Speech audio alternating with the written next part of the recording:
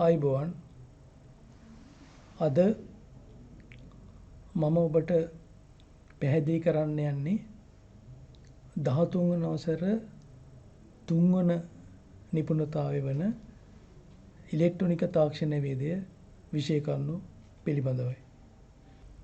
PN සංදිය පාවිච්චි කරන්න පුළුවන් තවත් වර්ගයේ යෙදුමක් තමයි මේ පින්තූරේ තියෙන්නේ. අපි මේකට කියනවා ලක්ෂීය සම්බන්ධතා ඩයෝඩ කියලා. උඩ පින්තූරයෙන් පෙනෙන්නේ ඒ ලක්ෂීය සම්බන්ධ ඩයෝඩයක පින්තූරයක් යටින් පේන එක සම්බන්ධ වෙති ආකාරය. අපි බලමු භෞතික වශයෙන් මේක කොහොමද අපට වෙනතපෙන් ලබා ගන්නවා නම් පේන්නේ කියලා. මේ පින්තූරේ තියෙන්නේ විවිධ ප්‍රමාණී ඩයෝඩ දෙකක් ලක්ෂීය සම්බන්ධ ඩයෝඩ දෙකක්. මේකෙන් විශාල ඩයෝඩ් එක හොඳට පේනවා. දැනට මේ නිෂ්පාදනය වෙන්නේ නැහැ.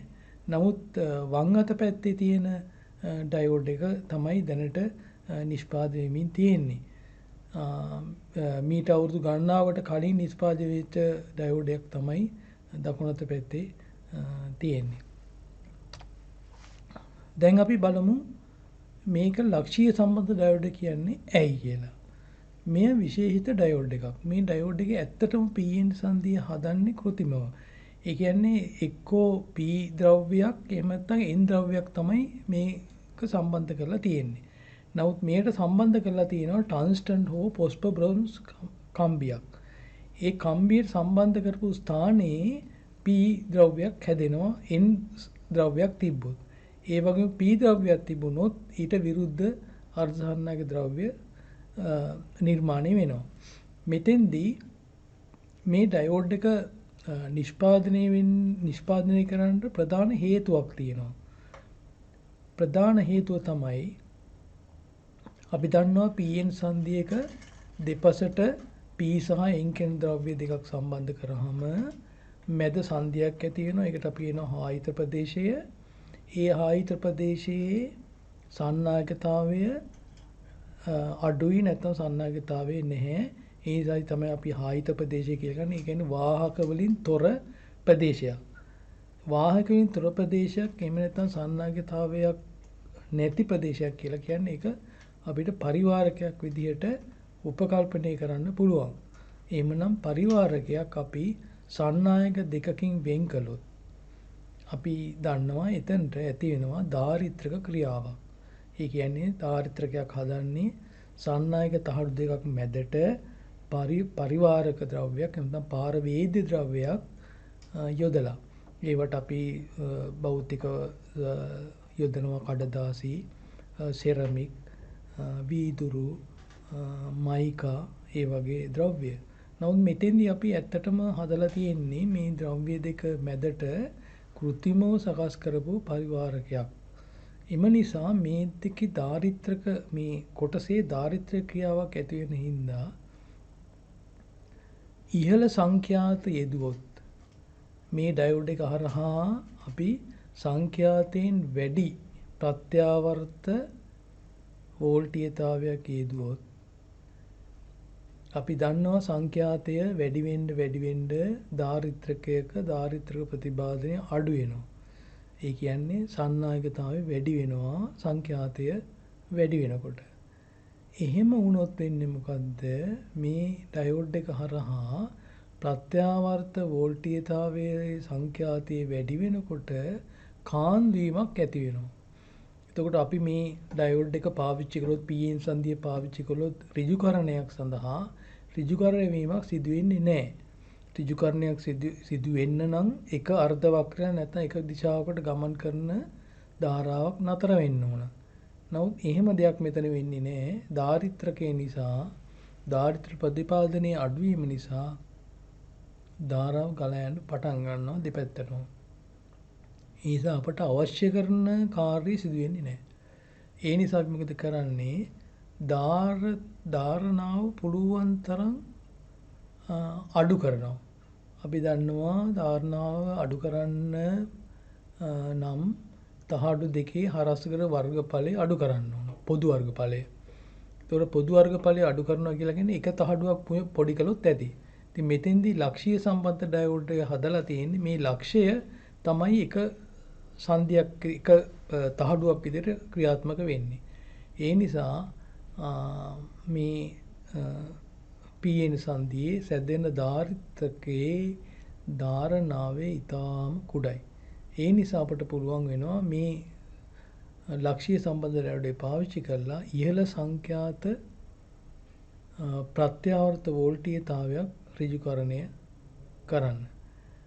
සාමාන්‍ය ඍජුකාරක ඩයෝඩකින් මේ කාර්ය කරන්න බෑ. ඒ නිසා තමයි මේ විදිහට සැලැස්මක් පාවිච්චි කරන්නේ. එතකොට මෙහි භාවිතයන් බැලුවොත් අපි කියනවා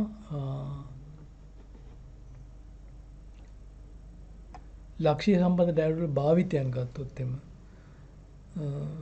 ප්‍රධාන භාවිතය තමයි අධිසංඛ්‍යාත ප්‍රත්‍යව සංඥා ඍජුකරණය. මගින් ශ්‍රව්‍ය හා දෘශ්‍ය සංඥා අනාවරණය කිරීම. මේ ශ්‍රව්‍ය සහ දෘශ්‍ය සංඥා අනාවරණය කිරීම කියලා කියන එකත් පොඩ්ඩක් පැහැදිලි කරලම ඊළඟ කොටසට අපි යමු. මොකද්ද මේ අනාවරණය කියලා කියන්නේ? අපි දන්නවා දුර පිහිටි ස්ථානයක ඉඳලා යම් කිසි තවත් ස්ථානයකට පණිවිඩයක් අරන් යනකොට ඒ සඳහා අපි පාවිච්චි කරනවා ඉහළ සංඛ්‍යාත විද්‍යුත් චුම්බක තරංග. මේ විද්‍යුත් චුම්බක තරංග වෙනස් කරනවා. එහෙම නැත්නම් මේ විද්‍යුත් චුම්බක තරංග යම් ආකාරයකට සංඛ්‍යාතය හෝ විස්තාරය හෝ කලාව අපි හිතමු විස්තාරය කියලා. ඒ විස්තාරය වෙනස් කරනවා අපිට යවන්න ඕන සංඥාව අනුව. අපිට කටහඬ යවන්න ඕන නම් කටහඬ අපට හයියෙන් කෑ ගහලා හරි එහෙම නැත්නම් ස්පීකරයක් පාවිච්චි කරලා හරි කමන්ට් කරන්න පුළුවන් ප්‍රමාණයක් තියෙනවා.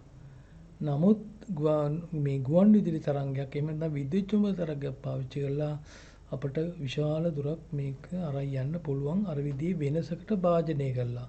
මොකද මේ වෙනසට භාජනය කරන ලද විද්‍යුත් චුම්බක තරංගය තමයි ගමන් කරන්නේ. දැන් එතකොට අපේ නිවසේට අපි හිතමු අපි ගුවන් විදුලි යන්ත්‍රය බල ගැන්වුවාම ස්විච් එක ඔන් කරාම මේ අපේ ඇන්ටෙනාවේ හැප්පෙන ওই විද්‍යුත් චුම්බක තරංග. ඒ විද්‍යුත් චුම්බක තරංග හැප්පුණාට පස්සේ විද්‍යුත් චුම්බක තරංග වල අර වෙනස් වීම අඩංගුයි. එහෙනම් වෙනස් වීම නැවත අපට අඳුන ගන්න නම් ඉස්සෙල්ලාම කරන්න ඕන මේ විද්‍යුත් චුම්බක තරංගයෙන් උපදින වෝල්ටීයතාවය ඍජුකරණය කරන්න ඕන. එහෙමනම් අධිසංඛ්‍යාත නිසා ඍජුකරණය කිරීමට ඍජුකාරක ඩයෝඩ් එකක් පාවිච්චි කරන්න බෑ. එහෙමනම් පාවිච්චි කරන්න වෙන්නේ මේ වගේ ලක්ෂීය සම්බන්ධ ඩයෝඩ් එකක්. ඒ නිසා විශේෂයෙන් ගුවන් විදුලි රූපවාහිනී වැනි අධිසංඛ්‍යාත තරංග වල අඩංගු සංඥා හඳුනා ගැනීම තමයි අනාවරණය කියලා කියන්නේ. ඒ සඳහා පළමුව කළ යුත්තේ ඍජුකරණය කිරීම. ඒකයි ලක්ෂීය සම්බන්ධ ඩයෝඩය මේ සඳහා භාවිත කරන්නේ.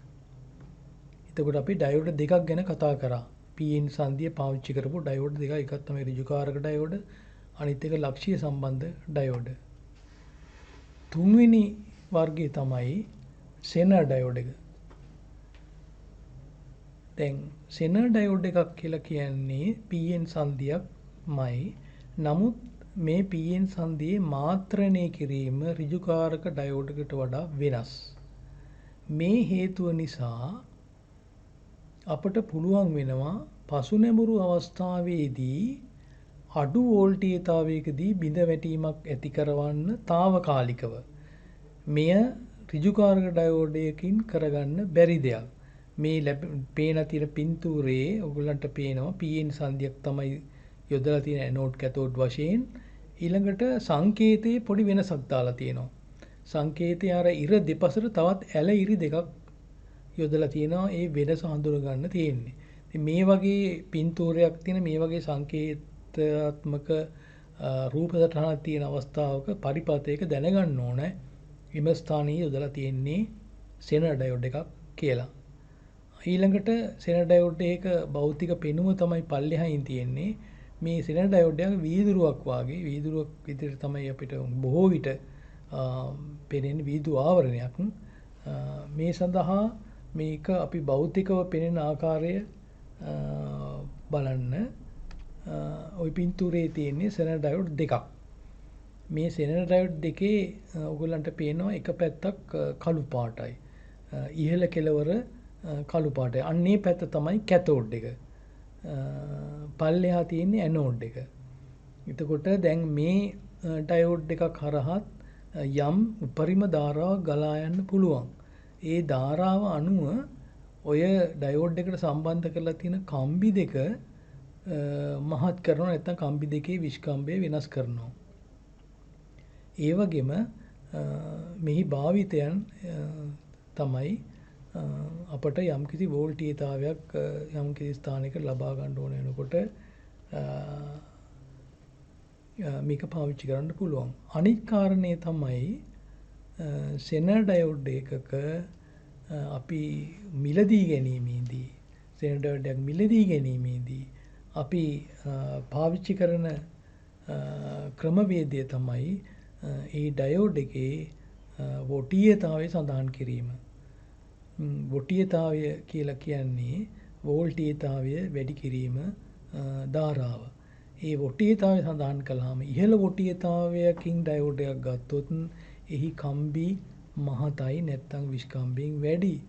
පහළ වෝල්ටීයතාවයකින් ගත්තොත් ඒ කම්බි මහතින් අඩුයි. මිලි වොට් ගණනින් තියෙනවා වොට් ගාණින් තියෙනවා. එතකොටයි බලමු මේ තවදුරටත් මොකද මේ ඩයෝඩ් එකත් ඉස්සර ඩයෝඩ් එක වගේම වැදගත්. දැන් අපි බැලුවොත් මේ පින්තූරයේ දිහා මේ පින්තූරයේ ඔයගොල්ලන්ට පරිපතයක් තියලා තියෙන වම් අත පැත්තේ මොකද්ද ප්‍රතිරෝධයක් හරහා සෙනර් ඩයෝඩ් එකක් සම්බන්ධ කරලා තියෙනවා. එතකොට එය ප්‍රායෝගිකව අපි පරිපතයක සම්බන්ධ කරලා තියෙන ආකාරය දකුණු අත පැත්තේ තියෙනවා. වෝල්ට් 9ක බැටරියක් තියෙනවා. ඒ වෝල්ට් 9ක බැටරි එක ශ්‍රේණිගත කරලා තියෙනවා ප්‍රතිරෝධයක්. එය වෝම් 1000ක විතර ප්‍රතිරෝධයක්. ඊළඟට තියෙනවා සෙනර් ඩයෝඩ් එක. දැන් බලන්න සෙනර් ඩයෝඩේ කැතෝඩ් එක සම්බන්ධ කරලා තියෙන්නේ ධන අග්‍රයට. ඇනෝඩ් එක සම්බන්ධ කරලා තියෙන්නේ ඍණ අග්‍රයට. මොකද අපි සෙනර් ඩයෝඩ් එකක් භාවිතා කරන්නේ පසු නැඹුරු අවස්ථාවේදී. පසු නැඹුරු අවස්ථාවේදී භාවිතා කිරීමට හේතුව අපි බලමු ඊළඟ සටහනෙන්. දැන් මේ තියෙන්නේ සෙනර් ඩයෝඩ් එක පෙර නැඹුරු සහ පසු නැඹුරු ලාක්ෂණික. එහෙම නැත්නම් ගති ගුණ.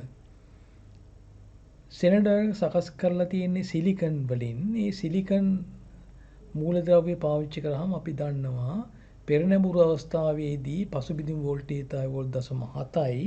ඒ නිසා ඒ 0.7ේදී ධාරාව ගලන්න පටන් ගන්නවා පෙර නැඹුරු අවස්ථාවේදී. දකුණු අත පැත්තේ වක්‍රය තියෙන්නේ පෙර නැඹුරු අවස්ථාව. පසු නැඹුරු අවස්ථාවට යමු. වම් අත පැත්තේ. වම් අත පැත්තේ කියන්නේ පසු නැඹුරු අවස්ථාවේ වෝල්ටේජය වැඩි කරගෙන යනකොට යම් වෝල්ටීයතාවයකදී ධාරාව ගලන්න පටන් ගන්නවා. මේ ධාරාව අර ඉස්සෙල්ලා අපි කතා කරපු ඍජුකාරක ඩයෝඩ් එක බිඳවැටුම් වෝල්ටීයතාවයට වඩා අඩුයි. මේ සකස් කරලා තියෙන්නේ ඒ ඩයෝඩේ සකස් කිරීමට භාවිතා කරන P සහ N ද්‍රව්‍යවල මාත්‍රණය කරන ලද මූලද්‍රව්‍යවල ප්‍රමාණය මත. එතකොට දැන් අපි බලමු පසු නැඹුරු අවස්ථාවේදී මේ ඩයෝඩ් එකේ ධාරාව මේ රූප සටහනේ හැටියට මිලි ඇම්පියර් 5ක් වෙනකොට තමයි අර සෙන වෝල්ටීයතාවයට එන්නේ. කියන්නේ බිඳුම් වෝල්ටීයතාවයට එන්නේ. ඒ බිඳුම් වෝල්ටීයතාවය ඍජුකාරක ඩයෝඩ් එක බිඳුම් වෝල්ටීයතාව වගේ නෙමෙයි. මොකද ඍජුකාරක ඩයෝඩ් එක බිඳුම් වෝල්ටීයතාවයට නැවත පාවිච්චි කරන්න බෑ. නමුත් සෙනර් ඩයෝඩ් එක බිඳුම් වෝල්ටීයතාවයට ආවත් අපට පුළුවන් යම් ධාරා ප්‍රමාණයක් ගලා යන තුරු නැවත මෙය ප්‍රකෘති තත්වයට ගන්න. මේ ධාරා සීමාව ප්‍රස්ථාරයේ ලකුණු කරලා තියෙනවා මේ වක්‍රයේ ලකුණු කරලා තියෙනවා I Z max කියලා නැත්නම් උපරිම. මේ උපරිම ධාරාව පැන්නුවට පස්සේ තමයි සෙනර් ඩයෝඩ් එකේ අර විනාශ නැත්නම් මේ පිලිස්සීමේ තත්වයට පත් වෙන්නේ. ඕගොල්ලන්ට පේනවා මේ රේඛා දෙක එකක් නොකඩ රේඛාවක් අනිත් එක කැඩි රේඛාවක්. නොකඩ රේඛාවක් කියලා කියන්නේ I minimum අවම ධාරාව අවම සෙන ධාරාව ගලා යන්න පුළුවන් හෝ ඊට වැඩි ධාරාවක් ගලා යන්න පුළුවන් කියන එක. ඊට සමාන වෙන්නත් පුළුවන් ඊට වැඩි වෙන්නත් පුළුවන්. නමුත් I maximum වලට සමාන වෙන්න බෑ. I max වලින් උපරිම ධාරාවට සමාන වුණාම තමයි එය පිලිසෙන්න පටන් ගන්නෙ. ඒක ප්‍රකාශනයකුත් අපි දාලා තියෙනවා I Z minimum සමානයි හෝ කුඩායි I Z වලට. නමුත් I Z හැම වෙලාවෙම කුඩා වෙන්න ඕන I maximum වලට. සමාන වෙන්න බෑ. සමාන වුණොත් මේ ඩයෝඩ් එකට හානි වෙන්න පුළුවන්. එහෙමනම් අපට පසුනැඹුරු අවස්ථාවේදී මේ I Z minimum සහ I Z maximum අතර ධාරාවක් ගන්න පුළුවන්. ඒ ධාරා පරාසය ගන්න පරාසය තුලදී කියන්නේ අපි උදාහරණයක් වශයෙන් ගත්තොත් මිලි ඇම්පියර් 5 සිට මිලි ඇම්පියර් 50 දක්වා ගිහින් හිතන්න I Z maximum.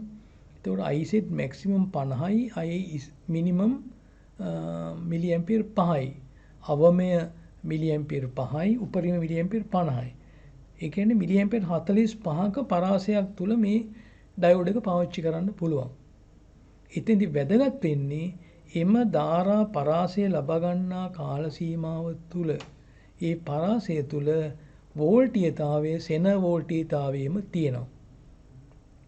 උදාහරණයක් විදිහට ගත්තොත් වෝල්ට් 6ක සෙන ඩයෝඩ් එකක් ගත්තොත් ඒ වෝල්ට් 6 සෙන ඩයෝඩ් එක හරහා ඉස්සෙල්ලා දත්තයන්ම කිව්වොත් මිලි ඇම්පියර් 5 සිට මිලි ඇම්පියර් 50 දක්වා ධාරාවක් ගලා යන තුරු ඒ වෝල්ටයි ඒ විදියටම රඳවගෙන ඉන්නවා. ඒ නිසා ඒ වෝල්ට් 6 තවත් භාණ්ඩයකට අපට අවශ්‍ය නම් ලබා ගන්නට පුළුවන්. හැබැයි මතක තියාගන්න ඕන කාරණේ තමයි අපි හිතමු මෙන්න මේ විදියට වෝල්ට් 10ක් දීලා වෝල්ට් 6ක් ලබා ගන්නකොට වෝල්ට් 4ක් තව ඉතුරු වෙනවා. ඒ වෝල්ට් 4 අඩු කරගන්න ප්‍රතිරෝධයක් ශ්‍රේණිගත කළ යුතුමයි. ඒ නිසා තමයි සෙන ඩයෝඩ් එකකට ප්‍රතිරෝධයක් ශ්‍රේණිගත කරන්නේ. දැන් බලමු අපි ඉස්සෙල්ලා රූප සටහන. දැන් මේ රූප සටහනේ R කියන ප්‍රතිරෝධය ශ්‍රේණිගත කරලා තියෙන අන්නේ කාරණේට. මේ R කියන ප්‍රතිරෝධය නොතිබුණා නම් එහෙම මේ සෙන ඩයෝඩ් එක පිච්චිලා යනවා.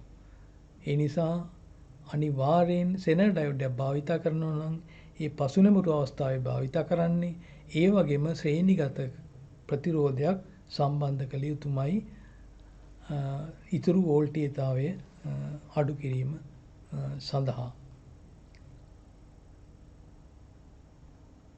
ඊට පස්සේ අපි බලමු මේ පාඩම අවසානයේදී මේකේ ප්‍රායෝගික එකක්. ඊට පස්සේ තියෙන අපිට ආලෝක විමෝචක ඩයෝඩ්. මේ ආලෝක විමෝචක ඩයෝඩ් කියලා කියන්නේ අපි කවුරුත් කෙටියෙන් පාවිච්චි කරන LED light emitting diode කියන ඒවා. මේ ආලෝක විමෝචක ඩයෝඩ් වල දැනට ඉතාම ජනප්‍රියයි. මොකද ආලෝකය ලබා ගැනීමට ඒ කියන්නේ මීට කලින් මීට අවුරුදු ගණනාවකට ඉස්සෙල්ලා අපි ආලෝක විමෝචක ඩයෝඩ් භාවිතා කළේ දර්ශක වශයෙන් පමණයි. ඒ කියන්නේ යම් කී තැනක විදුලිය තියෙනවද නැද්ද කියලා බලන්න. ඒ වගේ දේවල් වලට තමයි පාවිච්චි කරන්නේ. නමුත් අද එහෙම නෙමෙයි. නිවෙස් ආලෝකය කරන්න, වීථි ආලෝකනය කරන්න, වාහනවල ලාම්පු සඳහා මේ LED භාවිතා කරනවා. මේ තාක්ෂණයේ ගොඩාක් ඉහළට ඇවිල්ලා තියෙනවා. ඒ නිසා අපි ආලෝක විමෝචක ඩයෝඩේ යම් අදහසක් දැනගන්න එක හොඳයි. ආලෝක විමෝචක ඩයෝඩ් එක සිදුවෙන්නේ මොකද්ද? ආලෝකයේ වැටෙනකොට PN සංදියේ ඉලෙක්ට්‍රෝන සක්‍රිය වෙලා ඒ ඉලෙක්ට්‍රෝන කුවර සමග සම්බන්ධ වෙනවා. ඒ සම්බන්ධ වෙනකොට නිදහස් වන ශක්තිය ආලෝකයක් විදිහට පිට වෙනවා. මේ ආලෝක විදිහට පිට වෙන ආලෝකයේ සංඛ්‍යාතය අපි මාත්‍රණය කරන මූලද්‍රව්‍ය මත රඳා පවතිනවා. එක්ක මූලද්‍රව්‍ය සංයෝගයක් වෙන්න පුළුවන්. එහෙම නැත්නම් මූලද්‍රව්‍යයක් වෙන්න පුළුවන්. ඒ මත ආලෝකයේ වර්ණය රඳා පවතිනවා. ආලෝකයේ ඒ පිටවන ආලෝකයේ පිටවන ඒ සංඛ්‍යාතය මත තමයි ආලෝකයේ වර්ණය තීරණය වෙන්නේ. මේ ආලෝකය පරිවර්තනය වෙන්නේ ෆෝටෝන් කියන ක්‍රියාදාමය නැත්නම් ෆෝටෝන් වලින් තමයි ඒ ආලෝක ශක්තිය මනින්නේ. ඊළඟට අපි බලමු ලාක්ෂණික වක්‍රමයේදී මේ තියෙන්නේ සාමාන්‍ය ඩයෝඩ් එක පෙර නැඹුරු ලාක්ෂණික. නමුත් මේ ලාක්ෂණික වල යම් වෙනසක් ඔයගොල්ලෝ දකිනවා නේද? දැන් 0.7 දී නැඹුරු වුණාට 0.7 දී ධාරාවක් ගලා යන්න පටන් ගන්නවා. නමුත් රතු පාට රේඛා දෙකක් දාලා තියෙනවා මේ සීමාවන් දෙකක් පනවලා තියෙනවා. වෝල්ට් 1.8 සිට 2.4 දක්වා ඒ පරතරය තුළ ගලා යන ධාරාවන් මිලි ඇම්පියර් 10 සිට මිලි ඇම්පියර් 15 දක්වා දක්වලා තියෙනවා. මෙන්න මේ කාල සීමාව තුළ තමයි ආලෝක විමෝචක ඩයෝඩ් එකකින් ආලෝකය පිට වෙන්නේ.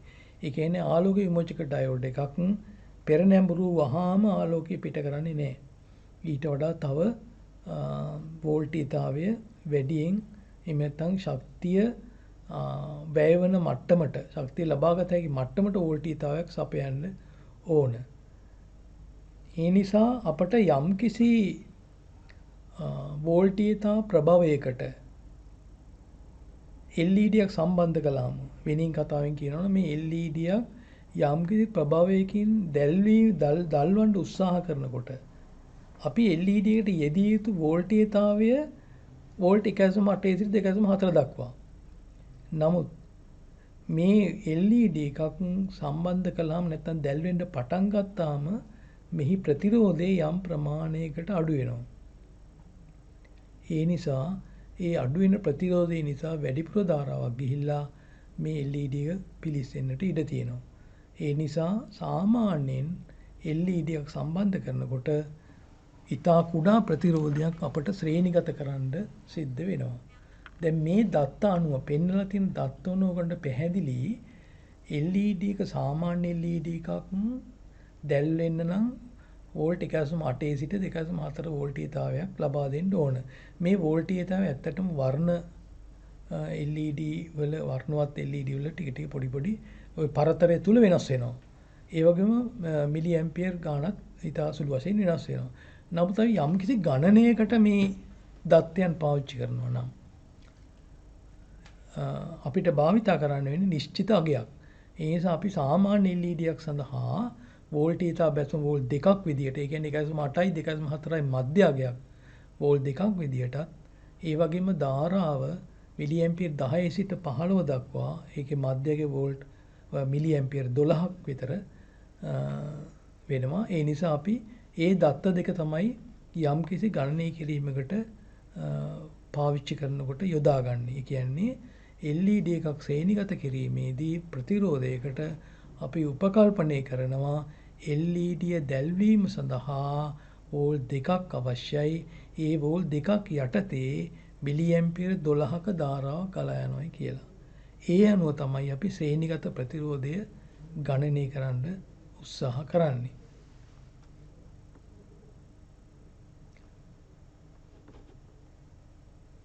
දැන් මේ තියෙන්නේ ආලෝක විමෝචක ඩයෝඩ් වල නිකම් ප්‍රතිරෝධ වලට ඒ ප්‍රතිරෝධයක් සම්බන්ධ කරපු අවස්ථාවක්. ඒ වගේම දකුණු අත පැත්තේ තියෙන්නේ උඩින් තියෙන්නේ ඔය මං කතා කරපු LED. නමුත් පල්ලෙහායින් ඔයගොල්ලෝ දකින්න තවත් LED වර්ග දෙකක්. මේ LED වර්ග දෙක අපි කියනවා දීප්තිමත් LED නැත්නම් බ්‍රයිට් LED කියලා. දීප්තිමත් ආලෝක විමෝචක ඩයෝඩ්. මේ ඩයෝඩ් වල දැල්වීම සඳහා අවශ්‍ය කරන වෝල්ටීයතාවයන් විවිධයි. සාමාන්‍ය වෝල්ට් එකක් විතර වෙන වොට් එකක් විතර වෙන ඩයෝඩ් එකක වෝල්ටීයතාවය වෝල්ට් 3ක් විතර ලබා දෙන්න ඕනේ. ඒ කියන්නේ පරාසය ගත්තොත් වෝල්ට් 2.8 සිට 3.2ක් විතර. ඒ පරාසය තමයි LED එක දැල් වෙන්නේ. ඒ වගේම ගලා එන ධාරාව මිලි ඇම්පියර් 20ක් විතර වෙනවා වොට් එකක් විතර වෙනකොට. එය වෙනස් වෙනවා ගලා එන ධාරාව වෙනස් වෙනවා පිට කරන වොටීයතාවය මත. එහි නිමවුමත් තරමක් වෙනස් වෙනවා ඔය ප්‍රධාන මේ දර්ශක වලට පාවිච්චි කරන LED අණුව. වම් අත පැත්තේ තියෙන අර මම කතා කරපු විදිහේ පරිපථයක්. දැන් බලන්න ඩයෝඩ් එක දැල්වීම සඳහා අපි ශ්‍රේණිගත කරන්න ඕන ප්‍රතිරෝධය තමයි R supply. R supply කියලා කියන්නේ එය ශ්‍රේණිගත කරන්නේ අර ඉතුරු වෝල්ටීයතාවය අඩු කරන්න නැත්නම් බස්ස ගන්න. ඒ නිසා අපි LED තුලින් වැඩිපුර ධාරාවක් ගලා යන්න උත්සාහ කළොත් ඒ කියන්නේ ප්‍රතිරෝධය අඩුවීමෙන් එම ධාරාව අර උඩ ප්‍රතිරෝධය හරහා ගමන් කිරීමෙන් ඇතිවන වෝල්ටීයතා බැස්මේ වැඩිවීම මගින් LED එක ආරක්ෂා කරනවා. මම නැවතේ ප්‍රකාශ කරන්නම්. මොකද LED එක හරහා යම්කිසි වෝල්ටීයතාවයක් දුන්නට පස්සේ ගලා යන ධාරාව නිසා එහි උෂ්ණත්වයේ වැඩිවීමකින් ධාරාව වැඩියෙන් ගලා යන්න පටන් ගත්තොත් ඒ පිලිස්සීම වළක්වන්න අපි ප්‍රතිරෝධයක් දානවා. ඒ ධාරා වැඩිවීමකදී එම ධාරාව අර ප්‍රතිරෝධය හරහා ගලා යන්න ඕන. ගලා යනකොට ඒ වෝල්ටීයතාවය වැඩි වෙනවා. අපි දන්නවා ප්‍රතිරෝධයක් කරා ධාරාව වැඩි වෙනකොට වෝල්ටේජ් එක වැඩි වෙනවා. ඒ වෝල්ටේජ් එක වැඩි වෙනකොට LED කරහා වෝල්ටේජ් එක ඉබේටම අඩු වෙනවා. අඩු වෙලා එය පාලනය වෙනවා ස්වයංක්‍රීයව. පවර් LED වල ඒ කියන්නේ බ්‍රයිට්නස් LED වල විවිධ වෝල්ටීයතාවයන් අවශ්‍යයි එය දැල්වීම සඳහා. උදාහරණයක් වශයෙන් ගත්තොත් වෝල්ට් 50ක විතර LED එකක් ගත්තොත් ඒ වෝල්ට් 50ක අපි දන්නවා මේ ෆ්ලෑෂ් ලයිට් වලට පාවිච්චි කරන්නේ. ඒ සඳහා වෝල්ට් 48ක් විතර අවශ්‍ය වෙනවා. ඒ නිසා විවිධ බ්‍රයිට්නස් නැත්නම් ආලෝකය ලැබෙන LED පහන් සඳහා අපට ලැබෙන ධාරාව විවිධයි. ඒ අනුව අපට LED එක වර්ගීකරණය කරන්නත් පුළුවන්.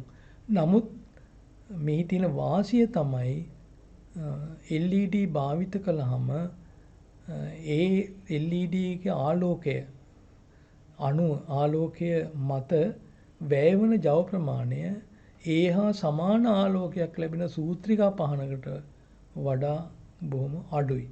ඒ නිසා අපිට විදුලි ජවය ඉතුරු කරගන්න පුළුවන්. ඒ වගේම අපේ මුදලත් ඉතුරු කරගන්න පුළුවන් LED පහන් පාවිච්චි කළා. අපි බලමු ප්‍රායෝගික LED වල පින්තූර කීපයක්. දැන් ඔය පේන්නේ ඔයගොල්ලන්ට අපිට ලබා ගත හැකි විවිධ වර්ණවල LED. LED දෙපැත්තේ තියෙන රතු පාට දෙකක්. ඒ රතු පාට LED දෙකේ ප්‍රමාණවත් වෙනස්. ඊට පස්සේ තියෙන කොළ පාට දෙකක්. ඊට පස්සේ නිල් පාට එකක් තියෙනවා. ඔය කහ පාට, තැඹිලි පාට විවිධ පාට අපිට LED ලබා ගැනීමේ හැකියාව තියෙනවා. ඒ වගේම මැද තියෙන අර අවර්ණ LED වල සුදු පාට LED සුදු පාට ආලෝකය නැත්තම් මේ සාමාන්‍ය සූර්යාලෝකයට සමාන ආලෝකය පිට කරන LED තියෙනවා. නමුත් ඊට අමතරව වටේ වීදුරුව සුදු පාට වුණාට එයින් පිටවන ආලෝකය නිල් පාට, රතු පාට, කොළ පාට ආලෝකය පිට කරන LED නිෂ්පාදනය වෙලා තියෙනවා. විවිධාකාර වර්ගයේ LED දැනට වෙළඳපොලේ ලබා ගන්න තියෙනවා. ඒ නිසා මේවා භාවිත කිරීමේදී ඔබ දැනගත යුතු කරුණ තමයි මේ LED සඳහා සැපයීමක් ලබා දීමේදී ඒ සඳහා ශ්‍රේණිගත කළ යුතු ප්‍රතිරෝධය සොයා ගැනීම. නැත්නම් ප්‍රතිරෝධය ගණනය කරලා ඒකට යොදන්න. ඒ අනුව ඔබට LED භාවිත කරන්න පුළුවන් කාල සීමාව වැඩි වෙනවා. ඒ වගේම විදුලියත් ඉතුරු කරගන්න පුළුවන්. සමහර සම්මත LED වලට ගැළපෙන ප්‍රතිරෝධය යෙදුවොත් ශ්‍රේණිගතව ඒ නිෂ්පාදකයන් විසින් කියන්නේ ඕනෑම කාලයක් මේ LED භාවිතා කරන්න පුළුවන් කියලා. ඒ නිසා සූත්‍රිකා පහනක් එහෙම නැත්නම් මේ පීරැසි බට පහනක් ඒ වගේම ඒ වගේ වෙනත් පහන් වර්ග විදියට නෙමේ වශයෙන් නෙමේ LED වල ලොකු ඉතිරියක් තියෙනවා. ඒ වගේම ජවයේ ඉතිරුවකුත් අපට ලබා ගන්න පුළුවන්. අපි බලමු මේ පාඩමේ අපි ඉගෙන ගත්ත දේවල් වල ඇගැයීමකට භාජනය කරලා මේ ඇගැයීමේදී ඔබට මේ ප්‍රශ්න 3ක් දීලා තියෙන මේ ප්‍රශ්න 3ට පිළිතුරු ලබා දෙන්න පුළුවන්ද කියලා බලමු. පළවෙනි එක තමයි PN සංදියක හායිත ප්‍රදේශ දෙපස අභ්‍යන්තර විවාදයක් ඇතිවන්නේ කෙසේදයි පැහැදිලි කරන්න. අර හායිත ප්‍රදේශයේ දෙපැත්තෙන් ඉලෙක්ට්‍රෝන හුවමාරු වීම නිසා ආරෝපණ ප්‍රමාණය වෙනස් වෙනවා. එක පැත්තට ඍණ පැත්ත වැඩි වෙනවා, අනිත් පැත්තේ ධන පැත්ත වැඩි වෙනවා. ඒ නිසා තමයි ඒක සිදු වෙන්නේ. ඊළඟට ඍජුකාරක ඩයෝඩ් වල පිළිබඳව පහත ලාක්ෂණික විස්තර කරන්න. පෙර ධාරාව, පෙර වෝල්ටීයතාව, උච්ච ප්‍රතිම වෝල්ටීයතාව. උච්ච ප්‍රතිම වෝල්ටීයතාව කියන්නේ අර පසු බිඳුම් වෝල්ටීයතාවය. ඒතර පෙර ධාරාව කියලා කියන්නේ ඩයෝඩ් එකක් පෙර නැඹුරු කළාම එය තුලින් ගලා යන ධාරාව. දැන් මම කිව්වා සාමාන්‍ය බ්‍රයිට් LED එක නම් පෙර ධාරාව මිලි ඇම්පියර් 12ක් විතර කියලා කුඩා බ්‍රයිට් LED එක දීප්තිමත් LED එක ඒ වගේම නේ බ්‍රයිට්නස් LED එක සමානයි බ්‍රයිට්නස් LED එක මිලි ඇම්පියර් 20ක් විතර සාමාන්‍ය LED එක මිලි ඇම්පියර් 12ක් විතර ඒ වගේම ඍජුකාරක ඩයෝඩ් එකකටත් ඒ වගේම පෙර නැඹුරු පෙර ධාරාවක් තියෙනවා ගලා යන්න පුළුවන් ධාරාව. ඒ ධාරාව අනුව ඍජුකාරක ඩයෝඩේ හරස්කඩක වර්ගඵලය වැඩි වෙනවා. එතකොට අපි ඍජුකාරක ඩයෝඩ් එක පෙර ධාරාව අනිත් ඩයෝඩ් කරහා පෙර ධාරාවට වැදගත්. මොකද අපි ඍජුකාරක ඩයෝඩය පාවිච්චි කරන්නේ ප්‍රත්‍යවර්ත වෝල්ටීයතාවය සරදා වෝල්ටීය බවට පත් කරන්න. ඒ සරදා වෝල්ටීය පත් කරලා නිකන් ඉන්නේ. ඒ සරදා වෝල්ටීය අපි භාණ්ඩයක් සඳහා භාවිතා කරනවා. එහෙම නැත්නම් ඒ හින්දා ඒ භාණ්ඩය සඳහා අවශ්‍ය කරන ධාරාව මේ ඩයෝඩය තුලින් අපට ලබා ගන්න පුළුවන්ද බැරිද කියන එක මත තමයි යොදා ගන්න ඩයෝඩය තීරණය කරන්න ඕනේ. ඒ නිසා ඊටම වැදගත් මේ පෙර ධාරාව කියන එක. මේ පෙර ධාරාව කියන කොටස් දෙකක් තියෙනවා. එකක් තමයි නොකඩ ධාරාව සහ ෂණික ධාරාව. දත්ත පොත්වල තියෙන්නේ නැත්නම් දත්ත ප්‍රකාශනවල තියෙන්නේ නොකඩ ධාරාව. ඒ කියන්නේ නොකඩ ධාරාව වශයෙන් හඳුන්වන්නේ ඩයෝඩ් එකක් හරහා ඍජුකාරක ඩයෝඩ් එකක් හරහා භෞතික තත්ත්වයේ වෙනසක් නොමැතිව. ඒ කියන්නේ උෂ්ණත්වයේ විශේෂයෙන් උෂ්ණත්වයේ වෙනසක් නැතුව කොටින් කිව්වා රත් වෙන්නේ නැතුව ගලා යන්න පුළුවන් උපරිම ධාරාව. ෂණික ධාරාව ඒ කියන්නේ මොහොතකට ඉතා කුඩා වේලාවකට ධාරාව නොකඩ ධාරාව මෙන් ආසන්න වශයෙන් 10 ගුණයක් විතර වෙනවා. එතකොට යම් කිසි ඍජුකාරක ඩයෝඩයක් කරහා ඇම්පියර් එකක් ගලා යන්න පුළුවන් නොකඩ ධාරාව ෂණික ධාරාව ඇම්පියර් 10ක් විතර වෙනවා. ඒ නිසා ෂණික ධාරාවන් ගමන් කරන අවස්ථාවන් අපට නොයෙකුට මුණ ගැහෙන. ඒ වගේ තැන්වල අපට මේ ඩයෝඩය යොසුසු ඩයෝඩය යොදා ගන්න පුළුවන්. ඩයෝඩේ තුලින් ගලා යන ධාරාව වැඩි වෙන්න ඩයෝඩේ විස්කම්භය නැත්නම් ඩයෝඩේ හරස්කඩ වර්ගඵලය වැඩි කරලා තියෙනවා. පෙර ධාරාව කියන්නේ ඒකයි. පෙර වෝල්ටීයතාවය අපි කතා කරා. පෙර නැඹුරු වීමට අවශ්‍ය කරන වෝල්ටීයතාවය අපි 0.7ක් කිව්වට සමහර ඩයෝඩ් වල 0.6.5ක් වෙනවා. සමහර ඩයෝඩ් වල 7ක් වෙන 0.7ක් වෙනවා. ඒ වගේ ඍජුකාරක ඩයෝඩ් එක නම් උපරිම ධාරාව ගලා යනකොට ඒ කියන්නේ ඇම්පියර් 10ක ඩයෝඩ් එකක් නේ ඇම්පියර් 10ක් ගලා යනකොට වෝල්ටීයතාව බැස්ම වෝල්ට් එකක් විතර වෙන්න ඉඩ තියෙනවා.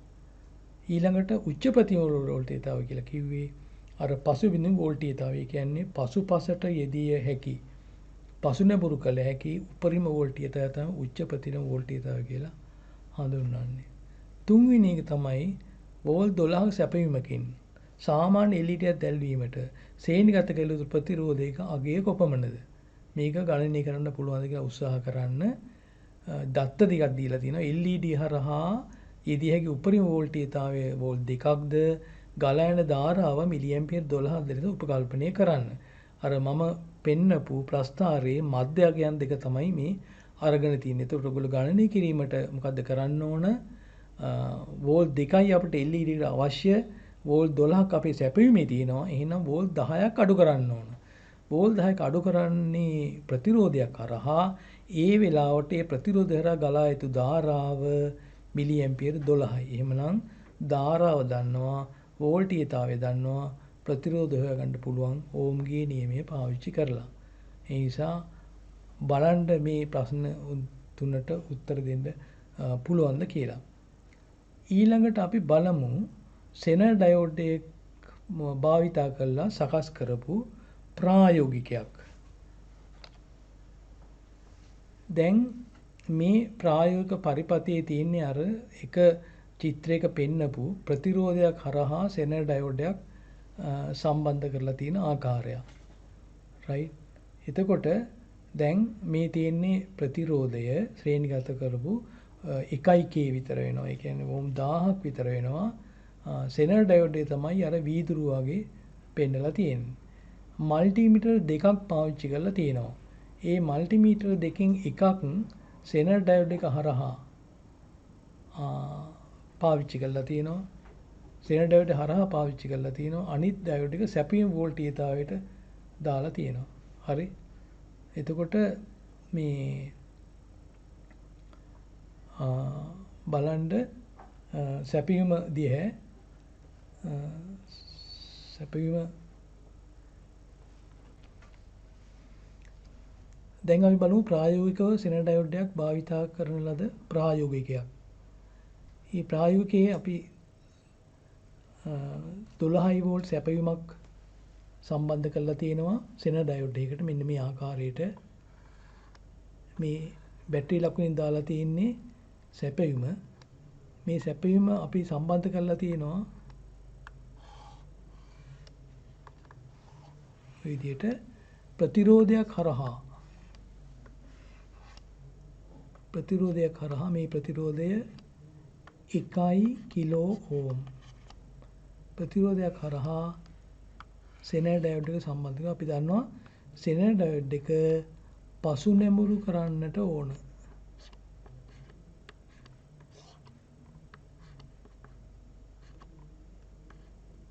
පසු නැඹුරු කරන්න ඕන. එතකොට මේ පසු නැඹුරු කරපු ඩයෝඩ් එක හරහා දාලා තියෙනවා විබරක් ලෝඩ් එකක්. ඒකත් දාලා තියෙන්නේ 1 කිලෝ ඕම්. දැන් අපි බලමු මේ පරිපතේ වෝල්ට් මීටර් දෙකක් සම්බන්ධ කරලා තියෙනවා මෙන්න මේ ආකාරයට. සැපයීම වෝල්ටීයතාව මනින්ද 1 වෝල්ට් මීටරයක් සම්බන්ධ කරලා තියෙනවා. ප්‍රතිදාන වෝල්ටීයතාවය මනින්ද තව වෝල්ට් මීටරයක් සම්බන්ධ කරලා තියෙනවා. දැන් අපි බලමු ප්‍රැක්ටිකල් එක දිහාව. ඔය පේන ව්‍යාපෘති පුවරුවේ සඳහන් කරලා මේ සකස් කරලා තියෙන එකලස් කරලා තියෙන්නේ ඔය බෝඩ් එකේ ඇඳලා තිබුණ පරිපතය. නිල් පාට ප්‍රතිරෝධයක් තියෙනවා රතු පාට වයරයක් සම්බන්ධ කරපු. ඒ තියෙන්නේ ඉන්පුට් නැත්නම් ප්‍රධාන ප්‍රතිරෝධය 1k 1k.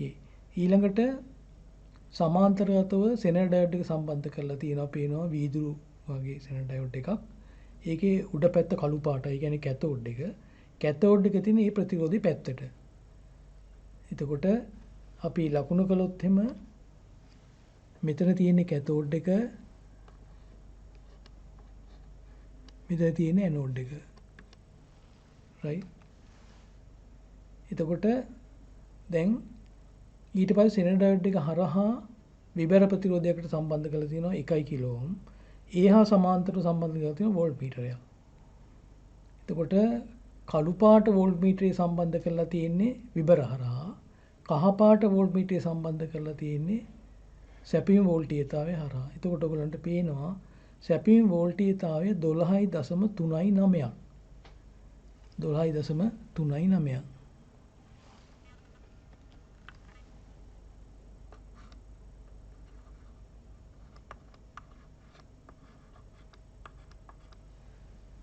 තුනයි නමයයි.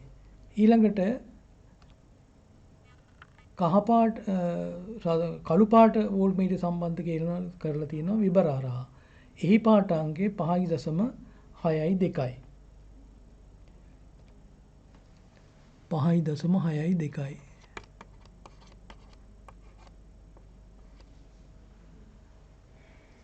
දැන් සෙන එක දාලා තියෙන්නේ 5.6 සෙනර එකක්.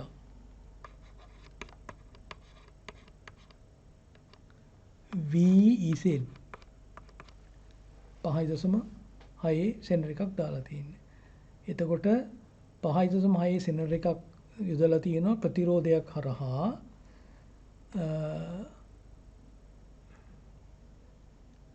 සැපයුමට. සැපයුමේ අගය 12.39යි. ඒ අඩු වෙලා තියෙනවා 5.62 දක්වා. ඒ කියන්නේ අපි දන්නවා සෙන ඩයෝඩ් එක මගින් අර 12.39 ස්ථායි කරගෙන තියෙනවා 5.6 දක්වා.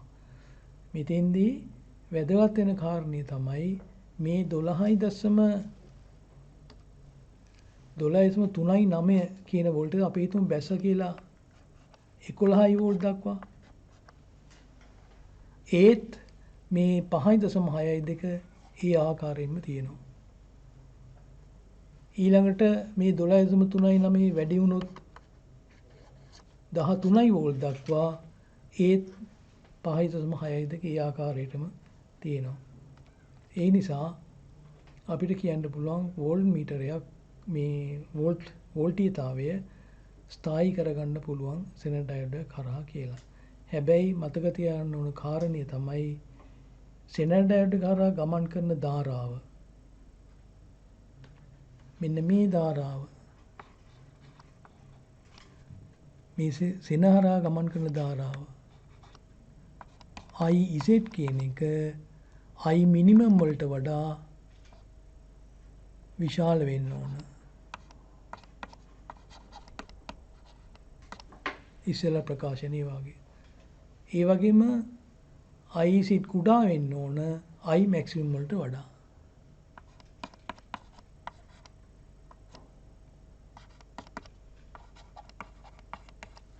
maximum වලට කුඩා වෙන්න ඕන.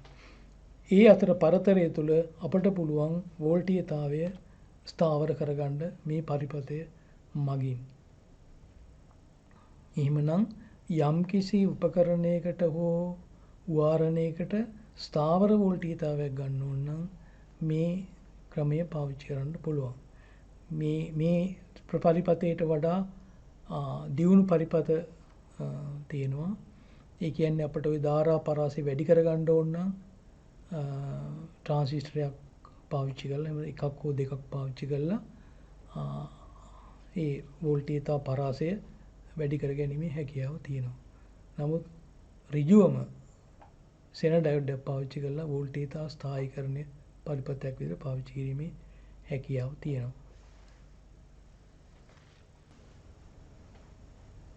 අපි පසුගිය පාඩමේ ඩයෝඩ් පිළිබඳව ඉගෙන ගත්තා. ඩයෝඩ් 4ක් පිළිබඳව අපි අධ්‍යයනයේ යෙදුණා. මේ ඩයෝඩ් 4 ප්‍රධාන වශයෙන්ම අපි භාවිත කරන අපිට සමීප ඩයෝඩ් 4ක්. ඊට අමතරව ඩයෝඩ් වර්ග තියෙනවා. මේ පාඩමේ අපි අධ්‍යයනය කරන්න බලාපොරොත්තු වෙන්නේ ට්‍රාන්සිස්ටර් පිළිබඳව. ට්‍රාන්සිස්ටර් කියලා කියන්නේ ඉලෙක්ට්‍රොනික තාක්ෂණයේ ඉතාම වැදගත් උපාංගය. මේ ට්‍රාන්සිස්ටරයට පෙර අපි මේ සඳහා භාවිත කරේ කපාටය. ඒ කපාටයේ තැන දැන් ට්‍රාන්සිස්ටරය අරගෙන තියෙනවා. විෂය අන්තර්ගතයේ විදිහට අපි ඉගෙනන්න බලාපොරොත්තු වෙන්නේ ද්විදේව ට්‍රාන්සිස්ටර්. ද්විදේව ට්‍රාන්සිස්ටර් නැඹුරු කරන්නේ කොහොමද? ද්විදේව ට්‍රාන්සිස්ටර් ක්‍රියාකාරීත්වය කුමක්ද? සන්ධි ශේෂ්ඨාසන ට්‍රාන්සිස්ටර් කියන්නේ මොනවද? ඒවා නැඹුරු කරන ආකාරය සහ ඒ ට්‍රාන්සිස්ටර් වල ක්‍රියාකාරීත්වය. ඊළඟට අපි බලමු මේ පාඩම අවසානයේදී ඔබ දැනගත්තු දේවල් මොනවද කියලා. NPN සහ PNP ට්‍රාන්සිස්ටර් සැකැස්ම අඳින්න පුළුවන් වෙන්න ඕන. ද්විදේව ට්‍රාන්සිස්ටර් තුල PN සංදි දෙක නැඹුරු කර යුතු ආකාරය පැහැදිලි කරලා පරිපථ සටහන අඳින්න පුළුවන් වෙන්න ඕන. ට්‍රාන්සිස්ටර් තුල ධාරාව ගලන දිශාව දක්වන ක්‍රියාකාරීත්වය පැහැදිලි කරන්න පුළුවන් වෙන්න ඕන.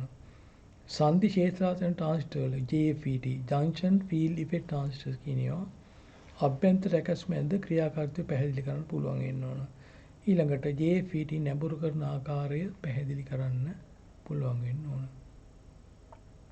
බලමු ඉස්සෙල්ලාම ද්විදේව ට්‍රාන්සිස්ටර් වල ව්‍යුහය. මේ ට්‍රාන්සිස්ටර් සකස් කරලා තියෙන්නේ P අර්ධසන්නායක කොටස් දෙකක් මැදට N අර්ධසන්නායක කොටසක් හෝ N අර්ධසන්නායක කොටස් දෙකක් මැදට P අර්ධසන්නායක කොටසක් යොදලා. එතකොට එහෙමනම් මෙතන තියෙනවා P සහ N තුනක්. P 2යි N 1යි හෝ N 2යි P 1යි. ඊළඟට මේ කොටස් තුනම අපි ජර්මේනියම් වලින් සකස් කරලා තියෙනවා නම් ඒ ට්‍රාන්සිස්ටර් වලට අපි කියනවා ජර්මේනියම් ට්‍රාන්සිස්ටර් කියලා. මේ කොටස් තුන අපි සිලිකන් වලින් සකස් කරලා තියෙනවා නම් සිලිකන් පාදක නම් ඒ ට්‍රාන්සිස්ටර් වලට අපි කියනවා සිලිකන් ට්‍රාන්සිස්ටර් කියලා. එතකොට එකම ට්‍රාන්සිස්ටර් එක PN ඒ සංදි දෙකට අයත් වෙන අර්ධසායනික කොටස් තුන එක්කෝ ජර්මේනියම් වලින් එක්කෝ සිලිකන් වලින් සකස් කරන්න ඕනේ. මිශ්‍ර කරන්න බෑ. ඒ කියන්නේ PN දෙකක් සිලිකන් ඉතුරු P එක ජර්මේනියම් විදියට සකස් කරන්න බෑ. ඊළඟට බලමු මේකේ ව්‍යුහය මොකක්ද කියලා. මේ ට්‍රාන්සිස්ටර් සම්බන්ධ කර ඇති ආකාරය තමයි පින්තූරයෙන් දැක්වෙන්නේ. පළවෙනි රූපෙන් පේනවා දෙපැත්තේ P දෙකක් තියෙනවා මැද N තියෙනවා. එතකොට විමෝචකයේ පාදම සංග්‍රහ කියලා නම් කිරීමක් කරලා තියෙනවා. දෙවෙනි රූපෙත් තියෙන්නේ NPN දෙපැත්තේ N දෙකයි මැද P එකයි. එතෙන්ටත් අපි නම දාලා තියෙන විමෝචකයේ පාදම සංග්‍රාහකය. මේවා ඉංග්‍රීසියෙන් අපි කතා කරන එක තමයි ගොඩක් අපට සමීප. විමෝචකය කියලා කියන්නේ ඉමීටරය, පාදම කියලා කියන්නේ බේස්, සංග්‍රහ කියන්නේ කලෙක්ටර්. මේ වචන තුනේ මුල් අකුරු තුنين තමයි බොහෝ විට අපි මේ අග්‍ර තුන සඳහන් කරලා තියෙන්නේ. මෙහිදී ඔයගලන්ට පේනවා විවිධ අර්ධසන්නායක ද්‍රව්‍ය තුනක් තියෙනවා. ඒ තුනට වෙන වෙනම අග්‍ර සම්බන්ධ කරලා තියෙනවා. එහෙමනම් ට්‍රාන්සිස්ටර් එක අග්‍ර තුනක් තියෙන්න ඕන. ඩයෝඩ් එක අග්‍ර දෙකයි තිබුණේ. මේ තියෙන්නේ ප්‍රායෝගිකව ලබා ගන්න පුළුවන් ට්‍රාන්සිස්ටර් වල රූප සටහන් කීපයක්. වම් අත පැත්තේ තියෙන ට්‍රාන්සිස්ටරේ පාද තුනක් තියෙනවා. මැද තියෙන ට්‍රාන්සිස්ටරේ රවුන්ඩ් ට්‍රාන්සිස්ටරේ අපි පාද තුන යටට හරවලා තියෙන එක අපිට පේන්නේ නැහැ. නමුත් ඕගොල්ලන්ට පේනවා මේ ඒකේ පොඩි ආවරණේ පොඩි මේ එලියක් නැත්තම් පොඩි පින් එකක් තියෙනවා. පොඩි කොටසක් නෙරලා තියෙනවා. ඒ නෙරපු කොටසට වෙනම ටර්මිනල් එකක් දාලා තියෙනවා. ඒක නම් කරනවා එක්කෝ ඉමීටරේ විදියට, එහෙම නැත්තම් කලෙක්ටරේ විදියට, විමෝචකයේ විදියට, එහෙම නැත්නම් සංග්‍රාහකයේ විදියට. ඊළඟට ට්‍රාන්සිස්ටර් තුනේ ටර්මිනල් පේනවා. ඔක්කොම ටර්මිනල් තුනක් තියෙන. ඒ කියන්නේ අග්‍ර තුන බැගින් තියෙන ට්‍රාන්සිස්ටර් අර NPN, PNP වර්ගවල එක් එක් අර්ධසන්නායක ද්‍රව්‍යයට සම්බන්ධ වූ අග්‍ර. මේ පෙන්ලා තියෙන්නේ ඒ විදිහම ට්‍රාන්සිස්ටර් වල රූප සටහනක්. මේ රූප සටහනේ 1 2 4 කියන ට්‍රාන්සිස්ටර් වර්ග විශේෂයි. මොකද ඒවයේ අග්‍ර ටිකක් මහතයි. ඒ වගේම ඒ ට්‍රාන්සිස්ටර් වල තියෙනවා සිදුරු යොදපු ලෝහ තහඩුවක්. මේවා දාලා තියෙන්නේ මේ ට්‍රාන්සිස්ටර් ධාරාව වැඩියෙන් ලබා ගන්න පුළුවන්, ධාරාව වැඩියෙන් ගමන් කරන ට්‍රාන්සිස්ටර්. ඒ නිසා මේවායේ උෂ්ණත්වය ඉහළ යන්න ඉඩ තියෙනවා. අපි දන්නවා උෂ්ණත්වය ඉහළ ගියොත් අර වාහකවල මේ මූලද්‍රව්‍ය මේ අර්ධසන්නායක මූලද්‍රව්‍ය වල ඉලෙක්ට්‍රෝන පිට වෙලා සිදුරු සහ ඉලෙක්ට්‍රෝන වෙන වෙනම සකස් වෙනවා. ඒව වළක්වන්න ඕන. ඒ නිසා උෂ්ණත්වය වැඩිවීම පාලනය කිරීමට තමයි මේ සිදුරු යොදලා මේ සිදුරු ඇතුළට ඇණයක් යොදලා ඒ ඇණේ මගින් ඇලුමිනියම් තහඩුවකට සම්බන්ධ කරන්න පුළුවන්. මේ සඳහා සකස් කරපු වෙනම ඇලුමිනියම් තහඩු තියෙනවා. ඒවට අපි කියනවා තාපාවශෝෂක එහෙම නැත්නම් heat sinks කියලා. ඒතකොට පළවෙනි ට්‍රාන්සිස්ටර් එක සිදුරක් තියෙනවා. එක එනයක් සම්බන්ධ කරන්න පුළුවන්. ඊළඟට දෙවෙනි ට්‍රාන්සිස්ටරේ තියෙනවා එන දෙකක් සම්බන්ධ කරන්න පුළුවන්. හතරවෙනි ට්‍රාන්සිස්ටරේටත් එක එනයක් සම්බන්ධ කරන්න පුළුවන්. මේ තුනට අපි කියනවා අධිජව ට්‍රාන්සිස්ටර් නැත්නම් high power ට්‍රාන්සිස්ටර් කියලා. මේ එන පරිවර්ණය කරපු එන වෙන්න ඕන. එහෙම නැත්නම් පරිවර්ණය යොදන්න ඕන. එන සම්බන්ධ කරනකොට. එතකොට පළවෙනි ට්‍රාන්සිස්ටරේ ටර්මිනල් 3ක් පේනවා. නමුත් දෙවෙනි ට්‍රාන්සිස්ටර් ටර්මිනල් 2යි පේන්නේ. කියන්නේ අග්‍ර 2යි පේන්නේ. ඊතුරු අග්‍රය තමයි ආවරණය. බොහෝ විට ආවරණයට යොදන්නේ බොහෝ විට නෙවෙයි හැම විටම ආවරණය සඳහා යොදන්නේ සංග්‍රාහකය. ඒ වගේම අර අනිත් ට්‍රාන්සිස්ටර් ටර්මිනල් 3 තියෙන එකේ මැදට යොදලා තියෙන සංග්‍රාහකය මේ මැදට සම්බන්ධ කරලා තියෙනවා පිටත තියෙන ලෝහ ආවරණයක්. හතරවෙනි ට්‍රාන්සිස්ටරේ ලෝහාරණේ පේනවා. ඒ ලෝහාරණේ තමයි සම්බන්ධ කරලා තියෙන්නේ ඇලුමිනියම් වලට. ඒ ඇලුමිනියම් තහඩුවට සම්බන්ධ කරනකොට මේ ට්‍රාන්සිස්ටරයයි ඇලුමිනියම් තහඩුවේ අතර විදුලිමය සම්බන්ධතාවයක් තියෙන්න බෑ. ඒ සඳහා සම්බන්ධ කිරීමේදී මයිකා තහඩුවක් භාවිතා කරනවා. ඒ පරිවර්ණය සඳහා විදුලිය ගමන් නොකිරීමටත් තාපය ගමන් කිරීමටත්. පස්වෙනි ට්‍රාන්සිස්ටරය දෙක සහ තුන්වෙනි ට්‍රාන්සිස්ටර් කියන 3යි 5යි කියන ට්‍රාන්සිස්ටර් දෙක අපි කියන මධ්‍ය දව මීඩියම් පවර් ට්‍රාන්සිස්ටර් කියලා. මේ වායේ ධාරාව කුඩා ධාරාවකුත් නෙමෙයි විශාල ධාරාවකුත් නෙමෙයි සාමාන්‍ය ධාරාවක් ගමන් කරන්නේ. ඒ නිසා පස්වෙනි පින්තූරේ පෙනෙන ට්‍රාන්සිස්ටර් සම්බන්ධ කරන්න පුළුවන් විදිහට සම්බන්ධ කර මේ තාපාවශෝෂකයට සම්බන්ධ කරන්න පුළුවන් විදිහට සකස් කරලා තියෙනවා. තුන්වෙනි ට්‍රාන්සිස්ටර් එහෙම සම්බන්ධ කරන්න පහසුකම් දක්වලා නැහැ. 6 7 8 කියන ට්‍රාන්සිස්ටර් තුනම අඩු ජව low power ට්‍රාන්සිස්ටර්. ඒවට කිසිම වෙලාවක තාපාවශෝෂක සම්බන්ධ කිරීමේ පහසුකමක් දක්වලා නැහැ. මේකින් විශේෂයි 8 වෙනි වර්ගය. ඒ 8 වෙනි වර්ගය ටර්මිනල් තුන පේනවා. නමුත් මෙය අර අනිත් ට්‍රාන්සිස්ටර් වාගේ ඒ අග්‍ර දිග නැහැ. හේතුව මේවා ඔක්කොම මුද්දිත පරිපත පුරවට සම්බන්ධ කරලා අපි කියන සර්ෆස් මවුන්ටඩ් කියලා. මේ පරිපතයට අලවල සම්බන්ධ කරලා පාසන ට්‍රාන්සිස්ටර්. බොහෝ උපාංගවල බොහෝ උපකරණවල ඒ කියන්නේ උදාහරණවල ඉලෙක්ට්‍රොනික උදාහරණවල මේ සර්ෆස් මවුන්ටඩ් ට්‍රාන්සිස්ටර් තමයි දැනට සම්බන්ධ කරන මේ පරිපත කුඩා කරන්න පුළුවන්. ඒ නිසා ප්‍රමාණයෙන් කුඩාවට සකස් කරන්න පුළුවන්. ඊළඟට අපි බලමු මේ ඩයෝඩ මේ ට්‍රාන්සිස්ටරයක් අපිට ඩයෝඩ සමාකාරයක් විදිහට පෙන්වන්න පුළුවන්. ඒ මොකද උඩ රූප සරණ බැලුවොත් එම PNP අර්ධසන්නායක තුනක් නේ තියෙන්නේ. එතන PN සංදි දෙකක් තියෙනවා. તો PN සංදියක් අපිට ඩයෝඩයක් විදිහට පාවිච්චි කරන්න පුළුවන්, සලකන්න පුළුවන්. එතකොට PN සංදිය ඩයෝඩයක් විදිහට සැලකුවොත් N කියන අග්‍රය පොදුයි. ඒ නිසා කැතෝඩ දෙකක් පොදුවේ තියලා ඇනෝඩ දෙක දෙපැත්තට හිටින්න සකස් කළාම අපිට මේ ඩයෝඩ සමාකාරක එනවා. නමුත් ප්‍රායෝගිකව මේ ඩයෝඩ දෙකක් අරගෙන මේ වැඩේ කරන්න බෑ. ඒකට හේතුව තමයි ඩයෝඩ වල තියෙන PN ද්‍රව්‍ය බොහෝ විට මාත්‍රණය කරලා තියෙන්නේ සමාන අනුපාතයකට. නමුත් ට්‍රාන්සිස්ටර් සකස් කරනකොට විමෝචකයට පාදමට සංග්‍රාහකයට සම්බන්ධ කරලා තියෙන මාත්‍රණය කරලා තියෙන මේ අර්ධසන්නායක ද්‍රව්‍ය මේ මාත්‍රණය කරලා තියෙන ප්‍රමාණය අනුපාත වෙනස්. ඒ නිසා ඩයෝඩ් දෙකක් පාවිච්චි කරලා ට්‍රාන්සිස්ටරයක් හදන්න බෑ. පල්ලෙහා යටින් තියෙන ට්‍රාන්සිස්ටරයත් ඒ විදිහටමයි NPN. එතෙන්දී පොදු අග්‍රය P. ඒ කියන්නේ ඇනෝඩය. එතකොට ඩයෝඩ් එක නම් ඇනෝඩය. එහෙමනම් ඇනෝඩ් දෙකක් මැදට තියෙන පොදු අග්‍රය අරගෙන දෙපසට කැතෝඩ දෙක දාලා ට්‍රාන්සිස්ටර් නිර්මාණය කරන්න පුළුවන්.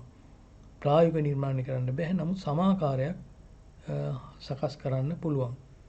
මොකද මේක අවශ්‍ය වෙන්නේ අපට ඩයෝඩේ පරීක්ෂා කිරීමේදී නැත්නම් ඩයෝඩේ අග්‍ර හඳුනා ගැනීමේදී ප්‍රතිසම මල්ටිමීටරයක් පාවිච්චි කරාම මේ ඩයෝඩ සමාකාරය භාවිතා කරලා තමයි අග්‍ර හඳුනා ගැනීමට පුළුවන් වෙන්නේ. ඊළඟට මේ ට්‍රාන්සිස්ටරයක් සක්‍රිය කිරීම සඳහා අවශ්‍ය කරන නැඹුරු කිරීම. මෙතෙන්දී නැඹුරු කිරීම කියලා කියන්නේ ඒ සක්‍රිය කිරීම සඳහා යෙදිය යුතු වෝල්ටීයතාවයන් කෙසේද කියන එක. අවස්ථා දෙකක් තියෙනවා. මේ අවස්ථා දෙක තෘප්ත කරන්න ඕනම ට්‍රාන්සිස්ටරයක් ක්‍රියාත්මක ස්වභාවයට ගන්න. පළවෙනි එක තමයි පාදක විමෝචක සංදිය පෙර නැඹුරු කරන්න ඕන. දෙවෙනි කාරණේ තමයි පාදක සංග්‍රාහක සංදිය, පාදම සංග්‍රාහක සංදිය පසු නැඹුරු කරන්න ඕන. ඒ විදිහට තමයි අපි බැටරි සැපයුම එහෙම නැත්නම් ජව සැපයුම සම්බන්ධ කළ යුත්තේ. ඒක තමයි ට්‍රාන්සිස්ටර් සක්‍රිය කිරීම සඳහා අවශ්‍ය වෙන්නේ. දැන් මේ විදිහට බැටරි බව සප්ලයි සම්බන්ධ කරලා තියෙන විදිය තමයි මේ පින්තූරයෙන් පේන්නේ. දැන් බලන්න උඩ තියෙන ට්‍රාන්සිස්ටරය PNP ට්‍රාන්සිස්ටරය. PNP ට්‍රාන්සිස්ටරයේ විමෝචක පාදම සංදිය පෙර නැඹුරු කරන්න ඕන. පෙර නැඹුරු කරන්න නම් P වලට ධන දෙන්න ඕනේ, N වලට ඍණ දෙන්න ඕනේ. එතකොට B1 කියන බැටරියේ ධනාග්‍රය සම්බන්ධ කරලා තියෙන විමෝචකයට, ඍණාග්‍රය සම්බන්ධ කරලා තියෙන පාදමට. එහෙමනම් P වලට ධන සම්බන්ධ වුණායි කියලා කියන්නේ ඒ සංදිය පෙර නැඹුරු වෙනවා. N වලට ඍණ සම්බන්ධ වුණා කියන්නේ ඒ සංදිය පෙර නැඹුරු වෙනවා. ඊළඟට දෙවෙනි සංදිය NP සංදිය. සංග්‍රාහකයේ තියෙනවා P, පාදමේ තියෙනවා N. එhmenan ඒ සංදිය පසු නැඹුරු කරන්න නම් P වලට ඍණ සම්බන්ධ කරන්න ඕන, N වලට ධන සම්බන්ධ කරන්න. ඒ කියන්නේ ඇනෝඩයට ඍණ සම්බන්ධ කරන්න ඕන, කැතෝඩයට ධන සම්බන්ධ කරන්න ඕන. එතකොට B2 බැටරිය සම්බන්ධ කර තියෙන ආකාරය බලන්න. P2 සංදියේදී B2 බැටරියේ ධනාග්‍රය N වලට සම්බන්ධ කරලා තියෙනවා, ඍණාග්‍රය P වලට සම්බන්ධ කරලා තියෙනවා. එහෙමනම් මේ සංදිය පසු නැඹුරුයි. එතකොට ඊළඟට දෙවෙනි රූපය බලන්න යට තියෙන එක NPN. NPN ට්‍රාන්සිස්ටරයේ පළමු සංදිය NP, ඒ කියන්නේ විමෝචකයේ පාදම. විමෝචක පාදම සංදිය පෙර නැඹුරු කරන්න නම් N වලට ඍණ සම්බන්ධ කරන්න ඕනේ. ඒතකොට B1 බැටරියේ ඍණාග්‍රය විමෝචකයට සම්බන්ධ කරලා තියෙනවා. B1 බැටරියේ ධනාග්‍රය පාදමට සම්බන්ධ කරලා තියෙනවා. එහෙමනම් ඒ සංදිය පෙර නැඹුරුයි. දෙවෙනි සංදිය PN සංදිය ගත්තොත් දෙවෙනි සංදියේ සංග්‍රාහකයේ N තියෙනවා, පාදමේ P තියෙනවා. ඒ සංදිය පසු නැඹුරු කරන්න නම් P වලට සම්බන්ධ කරන්න ඕන ඍණ, N වලට සම්බන්ධ කරන්න ඕන ධන. එහෙමනම් B2 බැටරියේ ඒ විදිහට සම්බන්ධ කරලා තියෙනවා. එතකොට මෙතෙන්දී අපි PN සංදි දෙක, ඒ කියන්නේ පාදම විමෝචක සංදියයි පාදම සංග්‍රාහක සංදියයි අර ඉස්සෙල්ලා අපි කතා කළා වගේ පෙර නැඹුරු සහ පසු නැඹුරු කිරීම සඳහා අවශ්‍යතාවය ලැබෙන විදිහට බැටරි සම්බන්ධ කරලා තියෙනවා.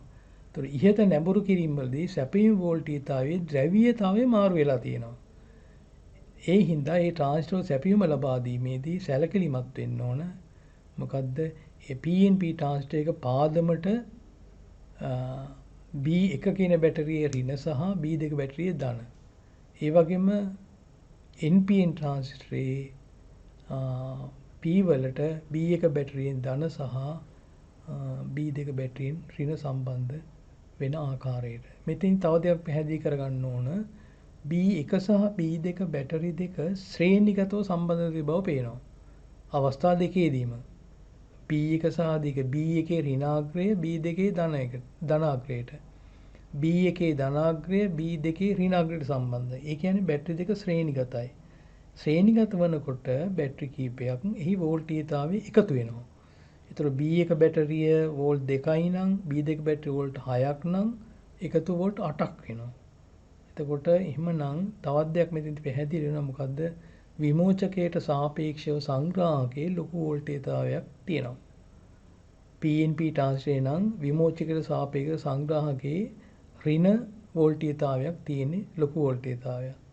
NPN ට්‍රාන්සිස්ටරේ විමෝචකයට සාපේක්ෂ සංග්‍රාහකයේ තියෙන්නේ ලොකු ධන වෝල්ටේජතාවයක්. ඒතර මෙන්න මේ ඉහළ වෝල්ටීයතාවය උදව් වෙනවා ට්‍රාන්සිස්ටරයේ තුලින් ධාරාවක් ගලා යාම සඳහා.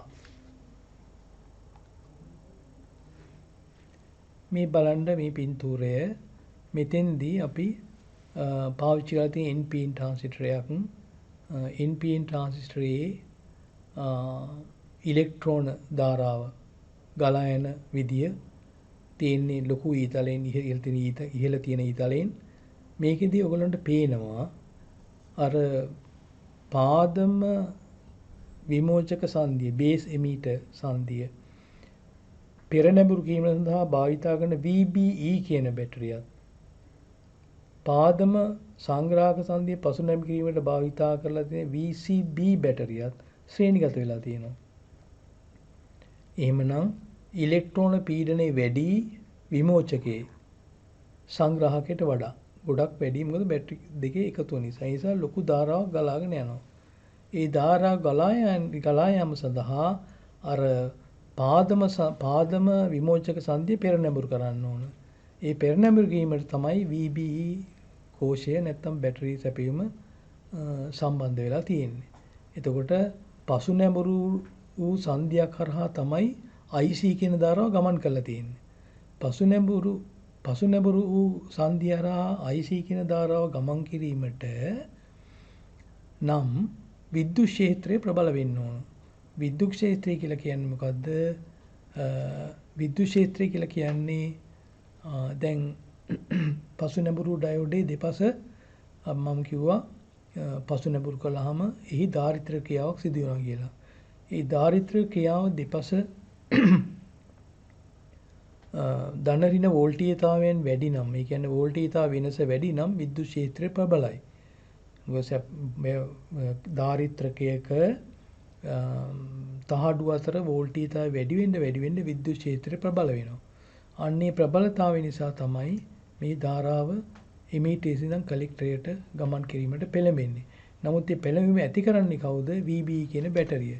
මේ බැටරියෙන් අර පාදම විමෝචක සංදිය පෙරනැඹුරු කරන නිසා තමයි මේ ධාරාව ගලාගෙන යන්නේ. එතකොට ඊළඟට අපි බලමු මේ ද්විදේව ට්‍රාන්සිස්ටරයක සංකේතය කොහොමද නිර්මාණය කරලා තියෙන්නේ කියලා. ඒක බොහොම සරල සිද්ධියක්. පෙරනැඹුරු කරන සංදිය හරහා සම්මත ධාරාව කන්වෙන්ෂනල් කරන්ට් කියන එක ගමන් කරන දිශාවට E හිසක් යොදලා සංකේතය නිර්මාණය කරලා තියෙනවා. මේ පින්තූරේ බලන්න. දැන් අර ඉස්සෙල්ලා පින්තූරේමයි බැටරි සැපීම දාලා තිනවා. විමෝචකයේ සිට පාදම තමයි පෙරනැඹුරු සංදිය. ඒ සංදියේ ධන ධාරාව එහෙම නැත්නම් සම්මත ධාරාව ගලා යන ආකාරය තමයි ඊතලේ සඳහන් කරලා තින්නේ. B1 බැටරියේ බලන්න ධන ධාරාව ගලා යන්නේ විමෝචකයේ ඉඳන් පාදම දක්වා. NPN ට්‍රාන්සිස්ටරයේ B1 නිසා ධාරාව ගලාගෙන යන්නේ පෙරනැඹුරු සංදියේ ධාරාව ගලාගෙන යන්නේ පාදමේ ඉඳන් විමෝචකයේ දක්වා. එහෙමනම් ඊතල දෙක දෙපසටයි තියෙන්නේ. ඒ අනුව අපි දකුණත පැත්තේ තියෙන සංකේත දෙක නිර්මාණය කරනවා. B කියන්නේ පාදම දෙකටම පොදුයි. ඒ නිසා අපි ඒක ඉරකින් සඳහන් කරලා තියෙනවා. ඊළඟට එමීටර් සහ බේස් අතර රේඛාවක් ඇඳලා එහි ධන ධාරාව ගලා යන දිශාවට ඊතලයක් ගහලා තිනවා. එතකොට ඊතලේ සඳහන් කරලා තියෙන්නේ E සිට B කියන්නේ විමෝචකයේ සිට පාදම දක්වා. පහළ තියෙන සංකේතේ පාදම පොදුයි. ඒ නිසා ඒක ඉරි කැලකින් සඳහන් කරලා තියෙනවා. පාදම සිට විමෝචකයේ දක්වා ධන ධාරාව ගලා යන නිසා මේ පැත්තේ ඊතලයක් සඳහන් කරලා තියෙනවා. ඒ අනුව අපට පැහැදිලිව මේ ට්‍රාන්සිස්ටර් දෙකේ සංකේත වලින් අඳුර ගන්න පුළුවන් ඒ ට්‍රාන්සිස්ටරය PNP ට්‍රාන්සිස්ටරයක්ද NPN ට්‍රාන්සිස්ටරයක්ද කියලා. මෙතෙන්දී මතක තියාගන්න ඕන කාරණේ තමයි එමීටරය සහ කලෙක්ටරය සම්බන්ධ වෙන රේඛා දෙක එකට සම්බන්ධ කරන්නේ නැහැ. වෙන වෙනම තමයි තියෙන්න ඕනේ. ඒක සම්බන්ධ කරන්න ඕනේ. දැන් මේ තියෙන්නේ අපි කතා කරපු සියලුම විෂය කරුණු එක චිත්‍රයකට අරගෙන. ට්‍රාන්සිස්ටරේ පාදම විමෝචක සංග්‍රාහක අග්‍ර සඳහන් කරලා තියෙන ආකාරය. එතකොට විමෝචකය සහ විමෝචකයේ පාදම සංග්‍රාහකයට වෙනම ටර්මිනල් සම්බන්ධ කරලා තියෙනවා. දෙවෙනුව තියෙන ඩයෝඩ් සමාකාරකය, ඩයෝඩ් සමාකාරකය. ඩයෝඩ් දෙකක් විදිහට මේක පෙන්වන්න පුළුවන්. නමුත් සකස් කරන්න බෑ. ඒ වගේම තුන්වෙනි පින්තූරෙන් පේන්නේ පහළ තියෙන පින්තූරෙන් පේන්නේ අර පෙර නැඹුරු කරන ලද සංදිය සහ පසු නැඹුරු කරන ලද සංදියට යොදලා තියෙන වෝල්ටීයතාවයන්. VEB කියන්නේ පෙර නැඹුරු වෝල්ටීයතාවය සපයන කොටස. VCB කියන්නේ පසු නැඹුරු වෝල්ටීයතාවය සපයන කොටස. එතකොට දැන් අපිට පුළුවන් අර අපි යොදාගත්තු සංකේත අපි හදාගත් සංකේතය පාවිච්චි කරලා අර B1 සහ B2 බැටරි යොදන්න. අපි දැන් සංකේත වෙනුවට යෙදුවේ අර භෞතිකව සම්බන්ධ වුණ රූපේනේ. දැන් ඒ වෙනුවට සංකේතය යොදලා තියෙනවා. සංකේතය යොදලා බලන්න පෙර නැඹුරු කරන ඩයෝඩ් දෙකටම දාලා තියෙනවා B1 කියන බැටරි දෙක. NPN ට්‍රාන්සිස්ටරේ B සහ E පෙර නැඹුරු කරන්න BE සංදිය පෙර නැඹුරු කරන්න B1 බැටරියෙන් ධන දාලා තියෙනවා. ඒ වගේම PNP ට්‍රාන්සිස්ටරේ BE සංදිය පෙර නැඹුරු කරන්න පාදමට දාලා තියෙනවා ඍණ B1 බැටරියෙන්.